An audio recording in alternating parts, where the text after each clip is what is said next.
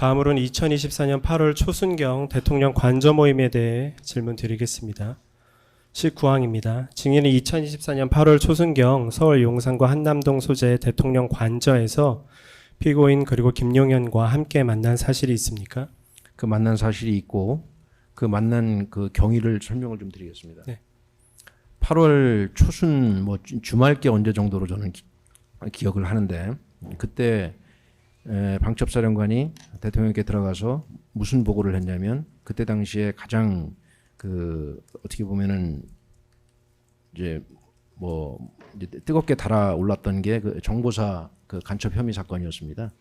그래서 그 사건 수사 경과를 보고드리기 위해서 그 대통령님께 들어간 것입니다. 네. 그 경위로 만나게 되셨다는 네. 거죠? 왜냐하면 제가 경위를 정확히 설명을 드릴 필요가 있다고 느끼기 때문에 그것은 설명을 드리는 겁니다. 그 증인은 당시 그 자리에서 피고인이 정치인과 민주노총 관련자들에 대해 언급을 하면서 현재 사법체계 하에서는 이런 사람들이 어떻게 할 방법이 없다. 비상조치권을 사용하여 이 사람들에 대해 조치를 해야 한다. 이런 취지로 발언한 사실이 있습니까? 그런 여러 가지 문제는 군검찰 조사할 때 제가 충분히 다 설명을 드렸고요. 이 자리에서는 제 형사재판과 관련되어 있기 때문에 증언 거부권 행사하겠습니다. 네.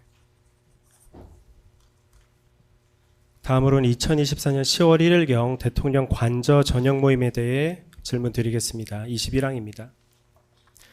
증인은 2024년 10월 1일 국군의 날 행사를 마친 이후인 저녁 20시경, 그러니까 저녁 8시경 대통령 관저에서 피고인과 그리고 김용현, 곽종근, 이진호와 함께 저녁 식사를 했던 사실이 있습니까? 있습니다. 당시 피고인이 시국에 관한 발언, 그리고 한동훈 등 정치인에 대한 발언, 방송계 및 민주노총 등에 대한 발언을 한 사실이 있습니까? 제 형사재판과 관련된 사항으로 증언 거부권 행사하겠습니다. 당시 피고인이 비상대권에 관한 발언도 한 사실이 있습니까? 마찬가지입니다. 24항입니다. 곽종근 사령관은 2025년 11월 3일 이 사건 법정에 증인으로 출석을 해서 증언을 하셨는데요.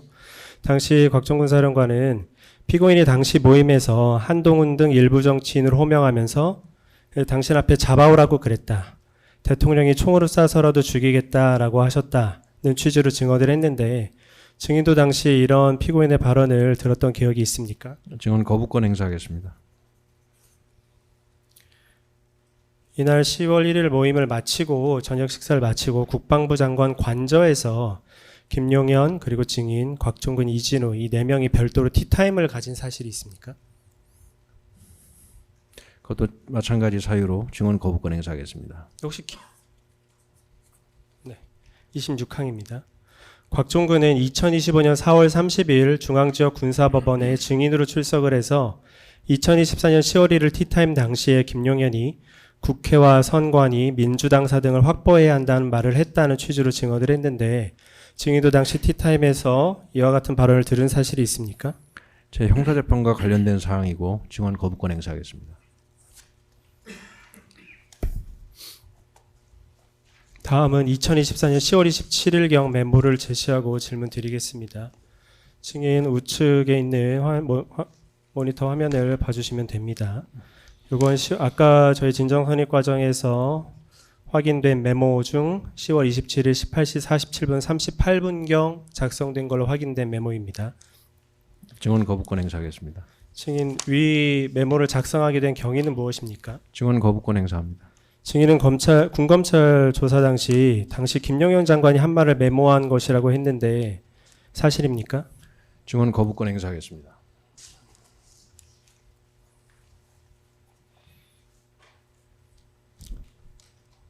혹시 저희 질문 들으시면서 답변하실 수 있는 것들은 본인 해명 차원에서라도 하시는 걸 한번 검토해 보십시오. 28항입니다. 이 메모를 보면 포고령 위반 최우선 검거 및 압수수색이라고 되어 있습니다. 이건 혹시 무슨 의미인가요? 저것은 작전 계획과 교리에 나와 있는 지극히 당연한 얘기입니다. 그러나 구체적인 내용은 제 형사재판과 관련되어 있기 때문에 증언 거부권 행사하겠습니다. 제가 작성한 건 아니기 때문에 제3자적인 입장에서 저 작성 내용을 보면 포고령 위반 및 최우선 검거의 압수수색은 계엄이 선포되면 포고령 위반자를 최우선적으로 검거해야 된다라는 의미로 읽히는데 맞습니까? 저는 이 메모에 대해서 자꾸 제가 얘기를 하면 뭐 변명한다는 소리가 나올까봐 이 메모에 대해서 굳이 얘기하고 싶지 않습니다. 그러나 한 말씀만 드리면 열심히 살았습니다. 열심히 군대 생활했습니다. 그때 생각나는 거 있으면 메모하고 또 썼다가 지웠다가 썼다가 지웠다가 그거 반복하면서 열심히 살았습니다. 그런데 저도 방첩사령관을 했기 때문에 포렌식을 하면은 그게 어떻게 나오는지 너무너무 잘 알고 있습니다. 네, 판사님, 지웠던 메모 중에 일부가 조각조각 살아납니다. 그 메모는 전체를 다 포괄하는 것도 아니고 공식적인 보고서도 아니고 제가 쓴 메모 중에 누구한테 보내거나 누구한테 지시하거나 그렇게 한 거 저는 전혀 기억나지 않습니다. 혼자 그냥 끄적끄적거린 겁니다.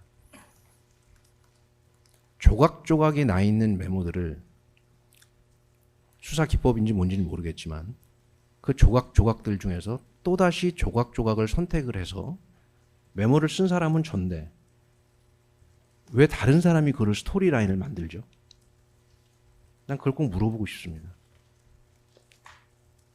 열심히 군대 생활하면서 열심히 산 사람이 그때 생각나는 아이디어를 쓰고 지우고 그거를 다시 포렌식을 해서 그 중에서 조각들을 끄집어내고 그 조각들 중에서 취사 선택을 해서 왜 멋대로 스토리라인을 만듭니까?